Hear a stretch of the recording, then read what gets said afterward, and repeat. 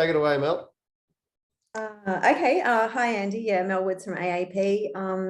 I guess, can you just maybe talk us through the last 24 hours getting this across the line and, yeah, sort of how things played out?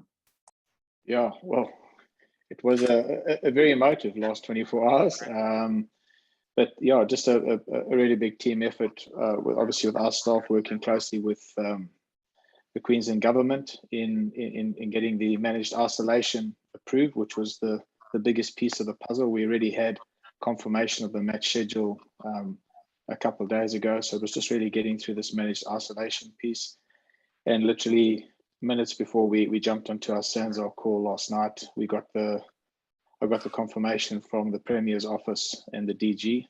So yeah, that was obviously very welcome news and very well received by our SANZAAR partners, as getting the Queensland scenario through was the preferred position of the SANZAAR CEOs.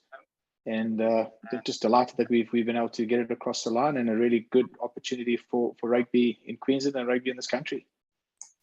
When you said it was the preferred location for the SANZAAR CEOs, is that unanimous, or was there some dissension there?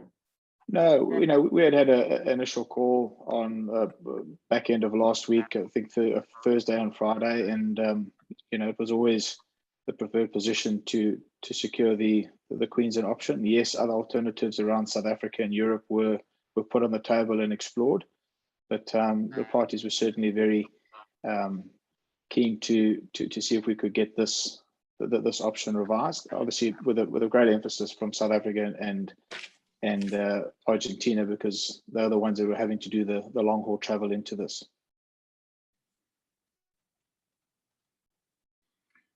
Andy, Jim Tucker, were there any special requests from New Zealand, seeing the masters of special requests? No, none. I mean, they, as has been so widely communicated, that they wanted they wanted the certainty of the schedule. But obviously, once we were able to put it up, what the Queensland option was going to look like, and the rotation of the games across the three stadiums, there's unanimous support and everybody very comfortable and happy with what we presented last night. With their game, clearly there's a really significant game in their history, with the 100th test between South Africa and New Zealand being scheduled for Townsville.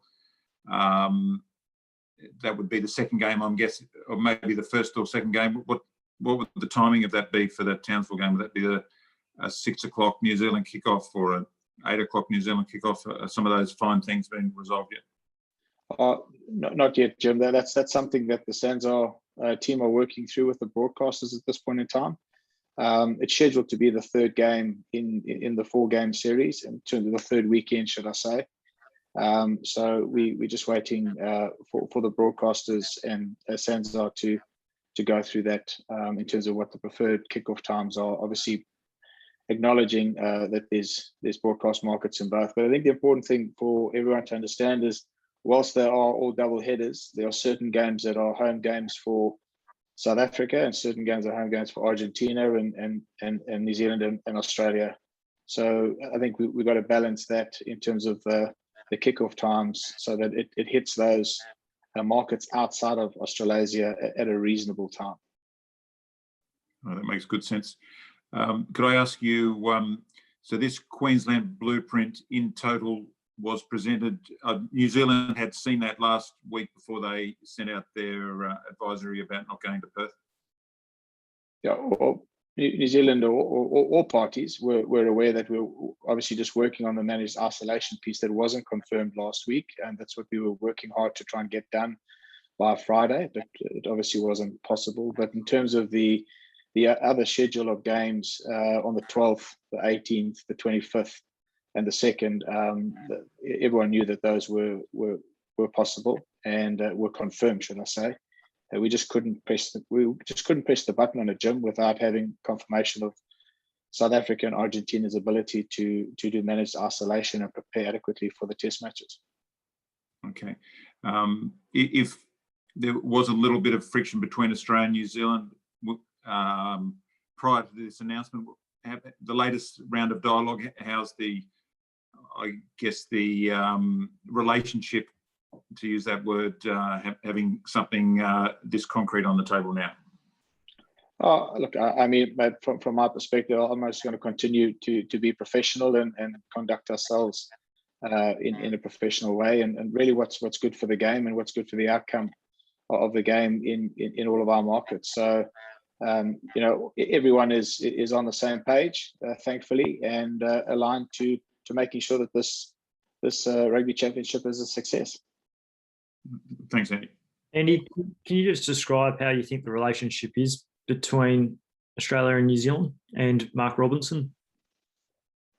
Chris, I think it's competitive. You know, we both countries, as it always has been within the SANZAAR joint venture. It's one of those unique constructs where you're the fiercest of rivals on the field, and you're all wanting to get the best possible advantage over each other at any given point. So, look, I'm not going to deny the fact it's been challenging, but I think COVID has presented everyone with very unique challenges, and it's how we react and we deal with those challenges that becomes a defining point going forward. And you know, as I said, we certainly are now wanting to move forward, and we'll continue to behave in a professional manner in terms of our engagements with New Zealand going forward.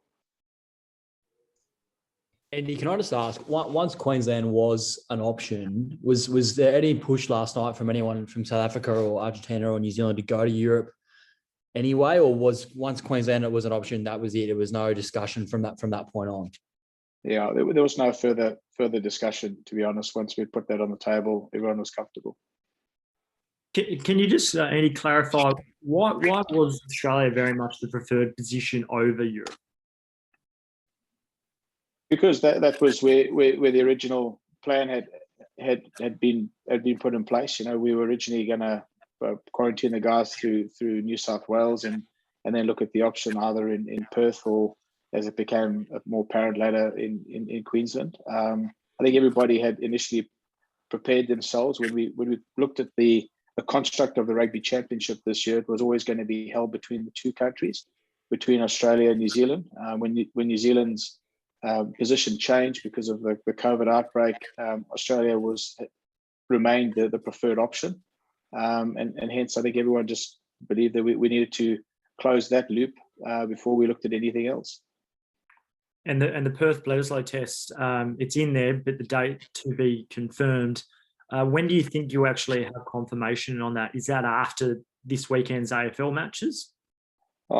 Christian, I'm working quite closely with both the stadium and the Deputy Premier, Roger Cook, in trying to get a finality. We'd like finality sooner rather than later, preferably not before the weekend, in terms of what that date is. So I'm hopeful we can get some confirmation in the next 24 to 48 hours. Thanks. Andy, it's Ian from Reuters. I just want to ask, mate, how do the competition's financials now stack up for Rugby Australia with this rejig schedule? Is it negligible, or is there some impact there? There's without a doubt an impact because we've lost a huge opportunity in terms of the budgets and the P&Ls that are presented for some of the games that have taken place in New Zealand. And again, it's operating within a COVID-induced environment. Our costs have increased as we had expected with the quarantine and additional requirements around that. And then, you know, we've got to model on a worst case scenario in terms of the crowd size that we're going to have available in Brisbane, because or in Queensland, should I say, because at this stage, you know, no one can give absolute certainty it's going to be at full noise the whole way through. But is this the best sort of possible scenario you could have hoped to have, rather than send games to overseas markets? Look, the overseas market presented on paper a really good outcome as well. You know, it obviously would have given us a slightly improved financial position had we looked at that option. But again, there was a huge amount of work that still had to be done, and a huge part of that was going to be hinging on our ability to sell tickets for four weekends in a shortened period of time. So there was inherent risk on both sides of the options that were considered. And just the last one, are the quarantine restrictions in Queensland, are they any different to previous bubbles that we've seen, like in last year's Tri Nations? No, Ian. We've modelled it straight off what we did for the French during the series here in July. So it will give both South Africa and Argentina the ability to train and prepare adequately through that 2-week period. And bearing in mind, because of the delay in finalising all of this, South Africa and Argentina only due to arrive here on this Friday, which will mean they'll get out of quarantine on the Friday before the first test. So it was really important that both of them were able to prepare as they would under normal circumstances, obviously, but just within a managed isolation environment. Okay. So, Andy, that's the reason the first test's on the Sunday, particularly to give them the extra bit of breathing space there? Yeah, absolutely. Yeah. Andy, you mentioned before some tests are home for some nations and you'll want to play those in suitable time zones. Does that mean we could see, like, for example, a 3 p.m. Queensland time kickoff for South African mornings, or would you kick them off later? And could you see a spaced out, like would it be a 3 p.m. kickoff and then a 7 p.m. kickoff, or do you want to ideally have them back to back for TV viewers here? I think ideally we'd like to have them in close succession, because you also got to be cognizant of the fans that are coming into the stadium, that they're haven't got a big hiatus between two games. I think when we talk about, Sam, the sort of home and away fixtures of the teams, it's, you know, if it's, for example, a South African or an Argentinian game, you know, this is just my thoughts. It's not necessarily the way Sam's is going to go. You would think that the later we can kick those off in Australia, the better, because then it'll hit those markets at a reasonable time in the morning, as opposed to playing at sort of 2 or 3 o'clock in the afternoon, which will be really early in the morning. So that's just something that SANS on the broadcasters and the unions need to work through as to what the best schedule would look like. Hi, Andy. Dave Polkinghorn from the Canberra Times. Sorry, I was jumped in a bit late, so sorry if you've already answered this, but just sort of seeing what your thoughts going forward in regards to, I guess, test matches coming back to Canberra. Oh, as you know, mate, we're all quite excited about the opportunity to have a test there on the 2nd, or the last round of the Rugby Championship, and so, you know, we'll continue to work with the ACT government around those opportunities going forward, should they present. I think it's fair to say it's a pretty unique set of circumstances we've had over the last 2 years, where, you know, we've had pretty much the whole Rugby Championship based in Australia, which has given us the content and given us the volume that we can look outside of the traditional stadiums that have been used historically, you know. So we've also got another big thing around the Rugby World Cup that we're working hard towards, and I think that certainly will provide opportunities for some of the not so big stadiums around the country going forward, to have some games or have some involvement going forward. So sort of fair to say you're hopeful of potentially next year there could be some opportunities for Canberra? Oh, it's all going to depend on what the schedule looks like, to be honest. If we've only got our customary 3 tests as part of the Rugby Championship here, we already have a number of agreements in place with other states around that. So that would be unlikely at this stage. Andy, could I ask you, just in really broad terms, the financials, if it is, say, a New Zealand home game being held at the Gold Coast, does the gate takings for that match directly go to New Zealand, or is it all put in a pot separately now and divided as per a formula? What's the complication formula there? Yeah, no, you any of the games that are played between round 4 and the last 4 rounds, should I say, are pooled together, and that's an equal share amongst all 4 partners. Mm-hmm. Yeah. Andy, some reports yesterday around Super Rugby. You able to let us in on what's happening on that front? Yeah, look, a little bit premature in my view, in terms of we're still working through the finer detail. It's fair to say that we're pretty progressed and quite close to finalising that. So, you know, as has been communicated, we hopefully will be able to confirm that from our side in the next couple of days. I think the challenges around the Rugby Championship and finalising the schedule have sort of taken priority over the last 72 hours or so. Are you comfortable, Andy, with what you've got out of those discussions re Super Rugby and what looks like the format? You're happy with where things are at there, and that, I guess, reinforces your ability to work with New Zealand? Yeah, look, Sam, it's fair to say it's been a very long and protracted process. We both came to the table with very different competition models and philosophies, but you know, we've consistently worked through the different options, and I think where we've got to, you know, we've always got to keep in mind the importance of delivering on those high performance imperatives, and obviously having a product in the market that's going to grow value over time. So, you know, I think what we've agreed to is for the next 2 years, we've got a model that we're gonna consider, but we will continue to be open-minded and look at different alternatives if we believe that those will deliver a different and a better outcome going forward. But for the next 2 years, once we've agreed terms, that model will be in place. And any is that model being explored with any Japanese involvement at the end of seasons or throughout finals, or is that likely to come perhaps afterwards once the world's back to some form of normality?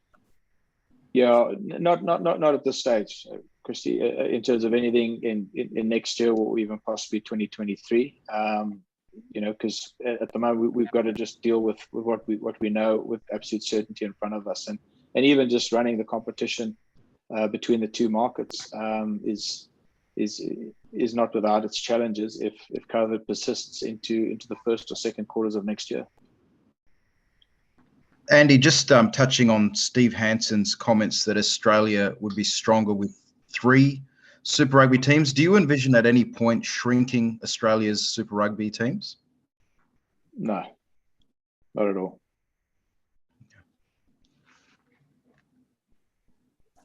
All right, guys. And just one quick one, mate. Sorry. Yeah, Nick Taylor, mate. Andy, just very quickly, you say you hope to make a decision within 24, 48 hours here in Perth. Is that realistic, given you won't know what day is available until after the weekend's AFL games? And are you likely to put it on Sunday because traditionally they don't play their finals on Sundays?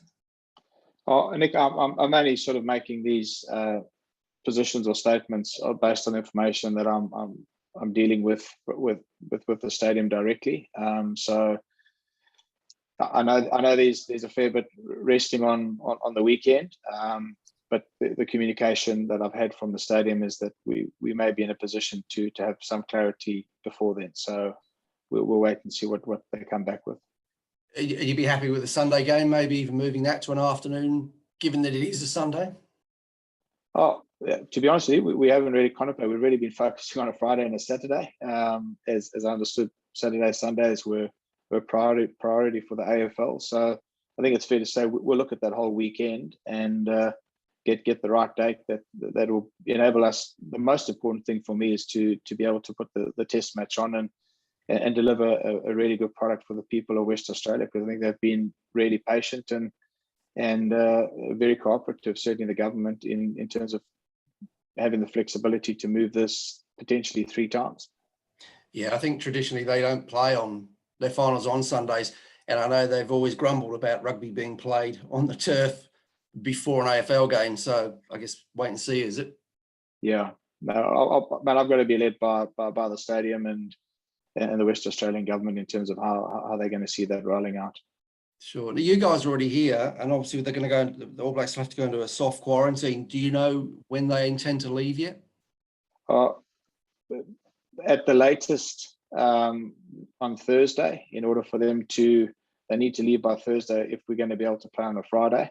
Yeah. So I would expect that they need to be in the country by Thursday night. Yeah. Thanks, mate. Andy, just one more from me on the super format. I know it's not confirmed yet, but how did you weigh up the pros and cons of playing Super AU and the benefits that we saw from that competition this year compared to, I suppose, the high performance aspect of testing yourself against the Kiwis week in, week out? And yeah, how did you sort of land on what the right balance was there? Oh, it was a combination of factors. I think the high performance element is important. You know, we've been in a really robust conversation and process with all of our super clubs in RUPA as we've gone through this. I think the other imperative in having this new format, it gives certainty to both to all the super clubs of 7 home and 7 away games, which is a big improvement on what they had through the Super AU. The other thing we can't ignore is it will ensure that we've got a minimum of 3 games a weekend on the platform versus the 2, and one team always having a bye every weekend. So there are some of those benefits, but it's not detracting from the fact, mate, that the Super AU this year was a really good competition and very well received, and certainly did very well from a broadcast perspective. So we are confident that the boys will continue to perform and deliver another good tournament next year.